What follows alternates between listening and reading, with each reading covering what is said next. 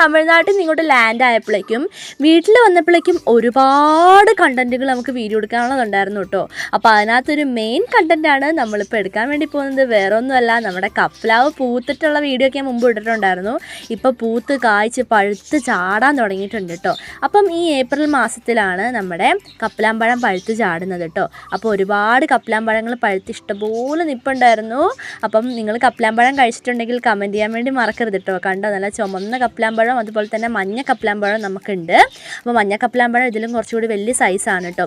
അപ്പോൾ ഇതുണ്ടല്ലേ പച്ച കപ്പലാമ്പഴം അതുപോലെ തന്നെ മൂത്തതൊക്കെ നമ്മൾക്ക് നിൽപ്പുണ്ട് ഇവിടെ. അപ്പോൾ വഴിയരികിലേക്ക് റോഡിൻ്റെ സൈഡിലേക്ക് ഒരു കൊമ്പ് ചാഞ്ഞ് കിടപ്പുണ്ട്. അപ്പോൾ വഴിയരികിൽ പോകുന്നവരെല്ലാവരും വന്നത് പറിക്കും. പിന്നെ മാത്രമല്ല ഇവർ ഈ കല്ലെറിഞ്ഞ് പറിക്കുമ്പം കൂടെയുള്ള ഈ പിഞ്ച് കപ്പലാമ്പഴങ്ങളും അതായത് പഴുക്കാൻ നിൽക്കുന്നതും കൂടി പറഞ്ഞു പോകുമ്പോൾ നമുക്ക് ഭയങ്കര വിഷമമാണ്. പിന്നെ എന്താ പറയുക, ഈ കപ്പലാമ്പഴം പഴുത്ത് കഴിഞ്ഞാൽ അതിൻ്റെ രുചി ഒന്നൊന്നര രുചിയാണ്. ഞാൻ ഒരെണ്ണം പറിച്ചെടുത്തതേ കടിച്ച് മുറിച്ച് അങ്ങ് തിന്നു കേട്ടോ. എൻ്റെ മോനെ ഒരു രക്ഷയില്ല, അടിപൊളി മധുരമാണ്. അപ്പോഴാണ് മോന്തയിലും കവിളിലും താടിയിലൊക്കെ നിറച്ച് കൊതുകുകൾ കടിക്കുന്നത് കേട്ടോ. അപ്പോൾ മഴക്കാലം തുടങ്ങിയതുകൊണ്ട് തന്നെ ഇഷ്ടം പോലെ കൊതുകുകളും ഉണ്ട്. അപ്പോൾ കപ്പലാമ്പഴത്തിൻ്റെ ഭാഗ്യത്തിന് പുഴുവൊന്നുമില്ല, അതോർത്ത് നമുക്ക് പേടിക്കേ വേണ്ട കേട്ടോ. അപ്പോൾ ഞാനിവിടെ എന്തൊക്കെയോ കോമാളിത്തരങ്ങളൊക്കെ കാണിക്കുന്നുണ്ട്.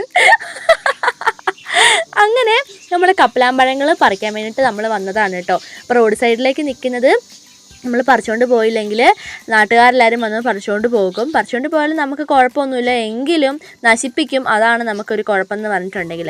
അപ്പോൾ ഇവർ പറിച്ചുകൊണ്ട് പോകുമ്പോൾ ഈ പിഞ്ചിൻ്റെ അടക്കം കശുവണ്ടികൾ ക്യാഷ്യൂ നട്ട്സ് എല്ലാവരും പറിച്ചുകൊണ്ട് പോകും. അതാണ് ക്രൂരതയാണ് ചെയ്യുന്നത്, മനസ്സിലായല്ലോ.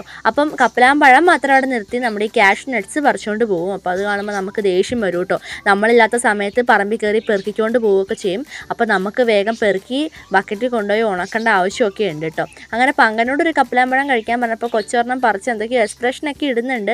അപ്പോൾ ഈ കപ്പലാമ്പഴം നന്നായിട്ട് പഴുക്കാതെ നമ്മൾ കഴിച്ചു കഴിഞ്ഞാൽ നമ്മുടെ തൊണ്ട കാറിപ്പോകും.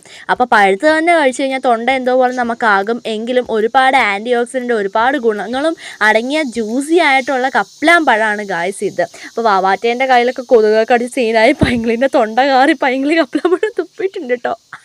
അപ്പോൾ നമ്മൾ കുട്ടിമണിനെയും കൂട്ടിനെയും കൊണ്ടുവന്നിട്ടുണ്ടായിരുന്നു. അപ്പോൾ തൊണ്ടയൊക്കെ അതിൻ്റെ എന്തോ പോലെ ആവുന്നുണ്ട്, എങ്കിലും അതിൻ്റെ മധുരവും രുചിയും സ്മെല്ലും ഓർക്കുമ്പോൾ നമുക്ക് കഴിക്കാതിരിക്കാൻ തോന്നില്ല. നമ്മളപ്പോൾ കുറച്ച് മൂത്ത കപ്പലാമ്പഴത്തിൻ്റെ ക്യാഷ്യൂ നട്ട്സ് എല്ലാം ഇരിഞ്ഞെടുക്കുന്നുണ്ട്. ഇവിടെ നിന്നാൽ ശരിയാവില്ല ഗായ്സ്, കണ്ടില്ലേ. അപ്പം ഞാൻ തൊട്ടപ്പോഴേക്കും പറഞ്ഞ് ഇങ്ങോട്ട് പോരുകയും ചെയ്തു. കപ്പലാമ്പഴം പഴുത്തിട്ടില്ല. അപ്പോൾ അത് ഉപ്പും മുളകൊക്കെ കൂട്ടിപ്പിടിച്ച് കഴിഞ്ഞാൽ എൻ്റെ ഗായ്സേ ഒരു രക്ഷയില്ല. അപ്പോൾ അതൊക്കെ ഞാൻ ഓൺ ദ വേയിൽ വീഡിയോ ചെയ്യാം. ഇപ്പം തന്നെ തമിഴ്നാട് വ്ളോഗ്സ് എൻ്റെ അടുത്ത് ഒരുപാടെണ്ണം ഇരിപ്പുണ്ട്, അതും പോസ്റ്റ് ചെയ്യേണ്ടതായിട്ടുണ്ട്. അപ്പം നമുക്കിതേ മരത്തിൽ നിൽക്കുന്ന കപ്പലാമ്പഴം അറിയാൻ വേണ്ടിയിട്ടുള്ള പരിപാടിയിലാണ്. Part 2 video on the way ഉണ്ട് കേട്ടോ.